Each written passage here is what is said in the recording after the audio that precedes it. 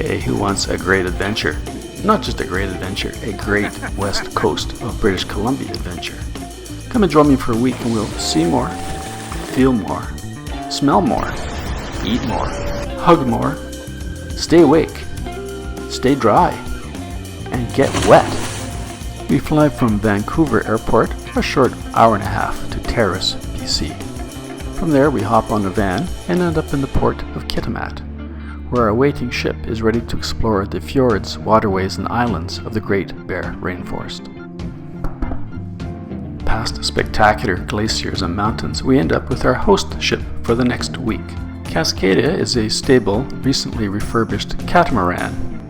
Top deck hot tub is fantastic, but even better is when you're underway sailing. We'll enjoy that cool beer while keeping a wary eye out for whales passing by. Any special dietary needs are well taken care of by our top restaurateur and her sous chef 5 times a day. And a bespoke custom cocktail to celebrate every evening. Crew and guests enjoy a comfortable lounge, and if weather permits, we have an incredible al fresco dining room on the aft deck. Cheers! All monitor displays the boats, transit, and moorage at night. This trip we have 10 crew and 19 passengers from all over the world. Expedition leader Jeff finds the passage for the week with the most interesting sights culturally and nature-wise to stop at. Naturalist Ethan shows how he slows his heart rate down like mammals do when they're immersed in ice water. Our onboard guest cold plungers tested the 10-degree water out for themselves, and veteran cold plunger Paula checked out her pulse rate to see if it was slowing down in the chilly water. Each day's activity is listed on a board, and we're in a perfect bay to get out on the water and explore with the kayaks. These are inflatable and super stable and perfect for newbies. Calm, flat water and no wind is ideal for exploring the shoreline. It's a colorful aquarium to be sure, exploring the crab, mollusks, jellies, anemones along the shore, and snails, whelk, and abalone.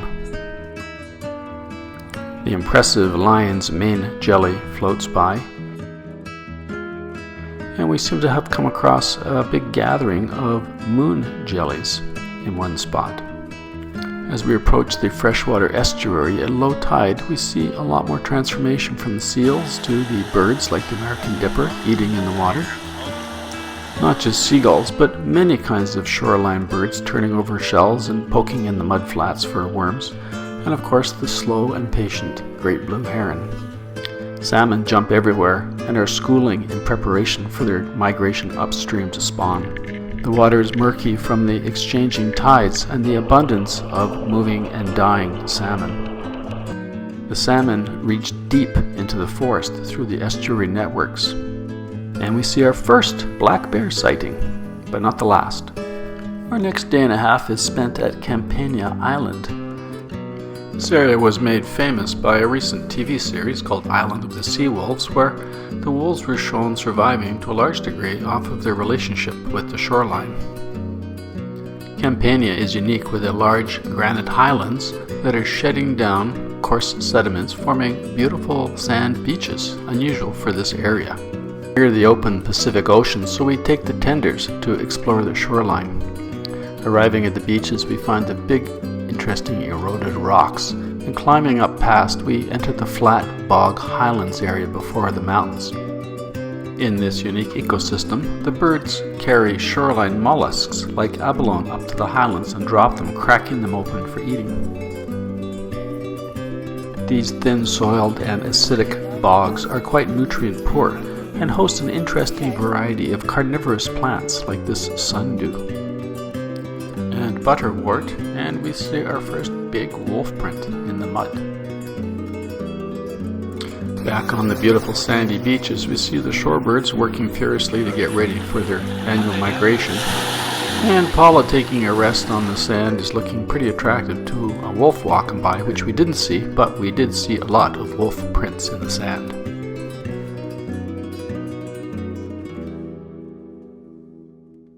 We are deep in the land of bear and wolf now and can hear them calling in the valley responding to each other amongst the sounds of eagles, ravens, and waterfalls.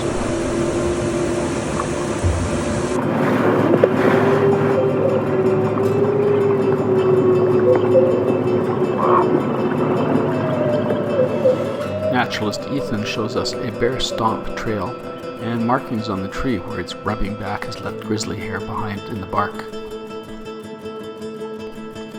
Amongst the giant trees, we recreate the 12-foot perimeter of a giant spruce tree that was seen on another island here.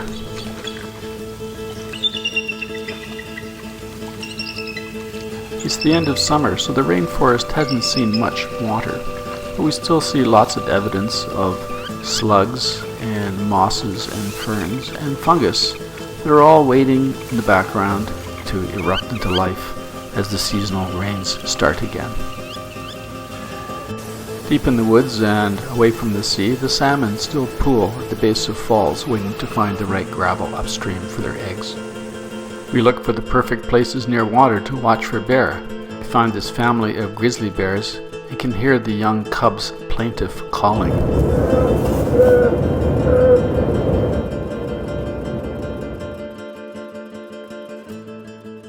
Today we're exploring in the tenders and trying our best to make a bugle from a piece of kelp. And crewman Simon kicks our butt, showing us how easy it is. Big tidal rip currents make for some pretty exciting moments in the tender.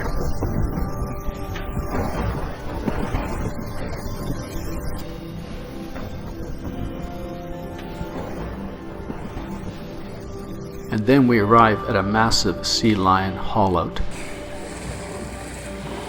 They are way more curious, inquisitive, and aggressive than any of us ever expected.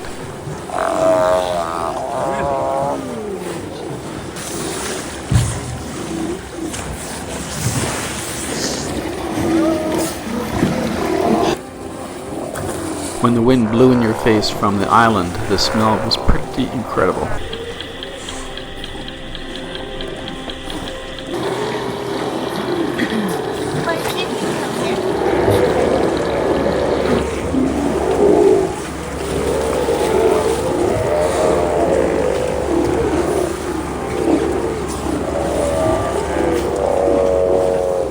We visit the lab and lodging of Cetacea Lab, which has been here, run by Herman, for quite a few years, studying the whales up and down the coast. The lookout runs 24 hours a day with hydrophones monitoring whale activity in the area. We learn that of all the whales in the world, those in the Northwest Pacific are a small subset. The whales on the left are filter feeders, and the whales on the right are toothed and eat fish and mammals. We hear some of the recordings of whales on the inside, and incredibly on the outside, as we're watching the bay, a humpback whale comes sailing by, like right on cue. In the well-named whale channel, we see fin whales. These are huge whales, second only to blue whales, and much, much bigger than humpbacks. They move fairly slowly and emit a fairly quiet call, subsonic to human hearing. And of course there were many humpback whales, each one unique with its own tail fluke color pattern, which is used to differentiate each individual. Watching pairs or trios of them synchronized swimming identically together is an absolutely beautiful sight. Several were very close to shore, only several meters away. We were hoping maybe they were doing bubble net feeding, where groups coordinate, emit a circle pattern of bubbles trapping fish in between, call out loud sounds which confuse the fish, and then several erupt at the surface, capturing in their mouths.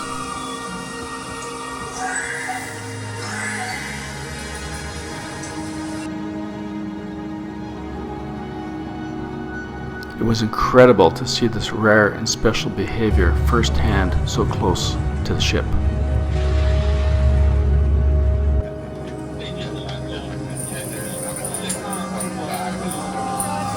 Look at that.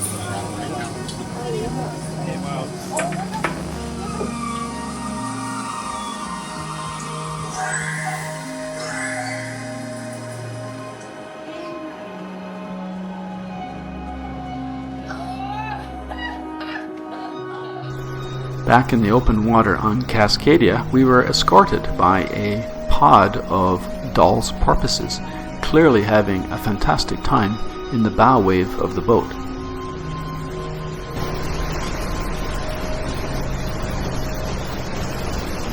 We didn't have a close encounter on this trip, but in the past we've had the same behavior with white-sided Pacific dolphins, also running in the bow wave of the ship.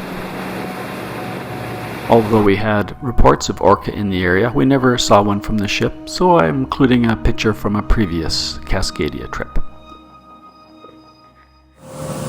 Finally, we arrive at Gribble Island and hike into the forest half an hour with our bear guide, Marvin.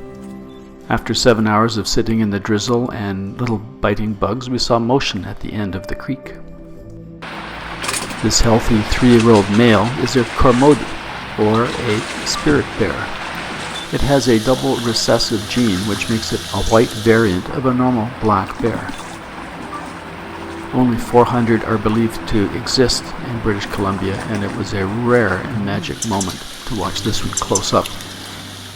We were being as silent and motionless as possible, and he clearly was more interested in the salmon.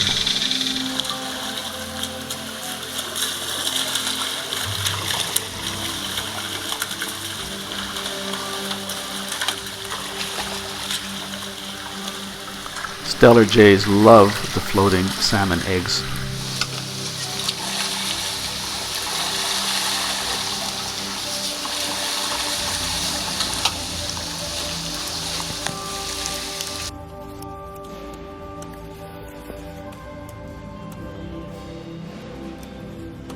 As the bear moves upstream and away from the group, he does something which is interesting. There are so many salmon in the stream that they love the salmon eggs, specifically the females, and will go to their way to find females. He finds one here, and watch what happens when he squeezes this fish. He ejects the eggs out of the fish, and usually they try to catch them in their mouths, but this time they went the wrong way, and he seems to be more interested in eating the head of the fish, which is also the second favorite part. We have seen so much and done so much on this incredible trip, so many interesting animal behaviors, but unfortunately we've come to the end. We'll say goodbye to our final meal and our little spirit bear shortbread cookie. We saw a ton of wildlife of every kind of plant and animal, and say goodbye to Cascadia for another season.